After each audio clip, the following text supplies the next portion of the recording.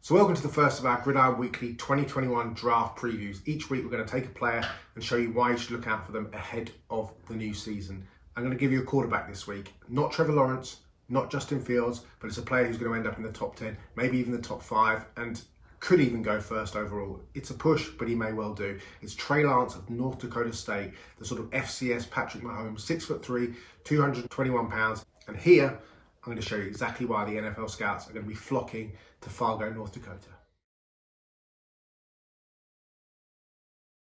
So the first play I want to show you is a staple play from the North Dakota State offense. It's 11 personnel, and what I mean by that is 3 receivers, 1 tight end, 1 back. We're essentially at the moment at the snap of the ball, or just before the snap of the ball, looking at a cover 2 man. So essentially you've got a strong safety here, you've got the free safety here, linebackers, you've got a nickel defender, 2 linebackers, which is essentially a basic defensive setup, and the corners are in man coverage, especially you can tell here on Phoenix Sproles in man coverage. But it's going to move from cover 2 man to a single high free safety, essentially cover 1, and that the jet motion essentially here from Kobe Johnson will define that. Johnson will come in motion, the strong safety will shift up to cover whatever he does, and it will mean that this guy, who is the most important player in the play, Xavier Williams, will roll over to single high free safety. And essentially Lance, what he does with the ball is dictated to by this movement and by what this man does to this man. So let's get it going, and I'll explain to you as the play develops. Just before the potential handoff on the jet motion, you're seeing Ellison come out here, you're seeing the running back come out here, and strong safety now certainly pushing forwards, and these defenders pushing forwards as well. This defender, the nickel corner, now has nothing to do, but all he's doing is covering backside just in case Lance comes out and runs the ball, because he could fake here and bring the ball out here. He's very mobile.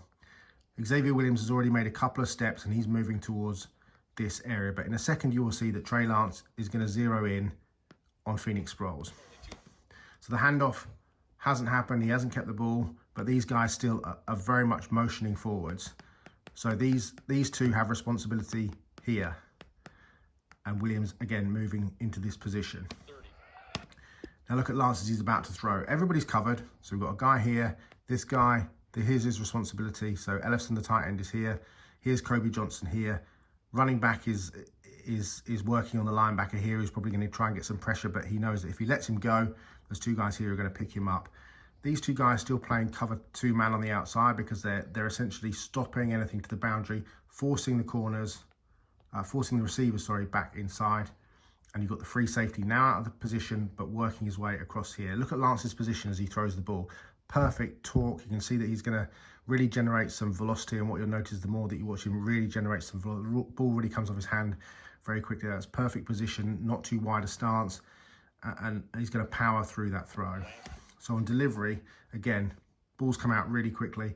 Here is the man Phoenix Sproles. You've got a perfect throwing lane here. These 2 defenders completely isolated. He knows that he can't come to the field side because the corner could break on the ball here, and you've got 2 defenders who are well aware of what he's doing. This has always been his guy. Ellison here, kind of out of the play. Kobe Johnson out of the play. Phoenix Sproles is the man. And you see that Xavier Williams, even though he was in decent position, just could not get across quick enough because the ball comes out of Trey Lance's hand so quickly. I'll play it through all in one go so you can see exactly what I'm talking about. So again, here we go. Watching for the jet motion, you're looking for Xavier Williams, and you're looking for what Phoenix Sproles does here. There's the jet motion, and the ball rocketed out between 2 defenders. That is a great NFL throw. Here's another reason why Lance is so exciting. This is a game against Butler from the mid portion of last season. You've got defenses in essentially a cover 2 shell. You've got 11 personnel, 3 wide receivers, 1 tight end, 1 back. Trips to the left here. So obviously ball expecting to come out to one of these receivers. And here you can just see his backside is the tight end, Noah Gindorf. He is the man you want to keep an eye on. Obviously here's your quarterback, Trey Lance. Watch this throw, watch what he does with his eyes, because he wants to set up essentially to throw these guys, and then he wants to come back to the boundary side and hit the tight end. He's going to have to make a tight throw if he's going to try and hit the tight end, because you have defenders here as well. So here we go. Let the play develop a little bit. So look where he's looking immediately at the snap. Obviously here he's got a guy. Here's a pass rusher. Essentially this guy's job is to affect the right tackle, but he also knows that he's going to have 18 in coverage. But look at where Lance is looking. You can see even from the video that he's looking down here, but Here's the guy he's really looking for. So this is him working through his progressions. Look at his footwork. His feet are really nice in the pocket. Nice back stride, and he pops back up again. He's still looking to the field side. When I say field side, it means the wide side. Boundary side is the tight side.